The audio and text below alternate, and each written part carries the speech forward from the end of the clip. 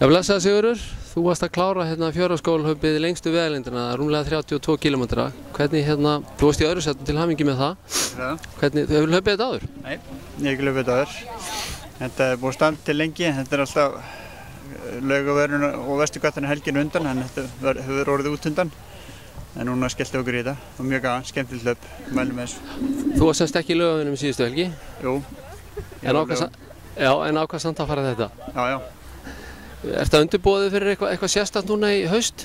Ég er undirbúa mig fyrir TDS, Mont Blanc hlaupinn og TDS sem er á 120 km vegalengd og 6.000 metra hækkun eða svo, 6.5. Það eru margir íslenskir hlaupara sem eru svolítið að fókusera á þetta hlaupið mitt. Þú hefur nú tekið þátt í einhverju löngu fjallahlaupi. Var það þetta hlaup, Mont Blanc, sem þú hefur tekið þátt í áður? Já, ég hef tekið þátt í CCC sem er 102 km hluti af sömu hlaupaseríu. CCC er 102 og svo TDS 120, svo er UTMB 160 og svo er OCC sem er 53. Og þetta er partur af undirbúningsferlinu fyrir það hlaup? Já, þetta er partur af því. Hvernig er næstu viku? Nú styttist í þetta rúmur mánuður.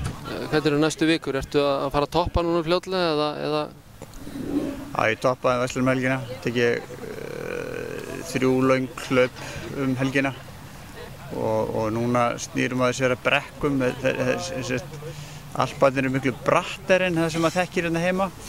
Þetta eru brattar brekkur, maður er að fara upp kannski 2000 metra og svo tæpa 2000 metra og svo niður aftur hinum meginn og svo aftur og aftur og nú þarf maður bara að fókusa á það að taka fjöll.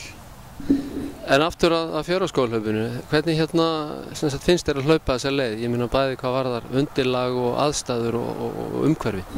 Frábært, þetta er alveg frábært hlaup. Undirlagið þetta er sem hluti á vegi og hluti á svona skógastígum.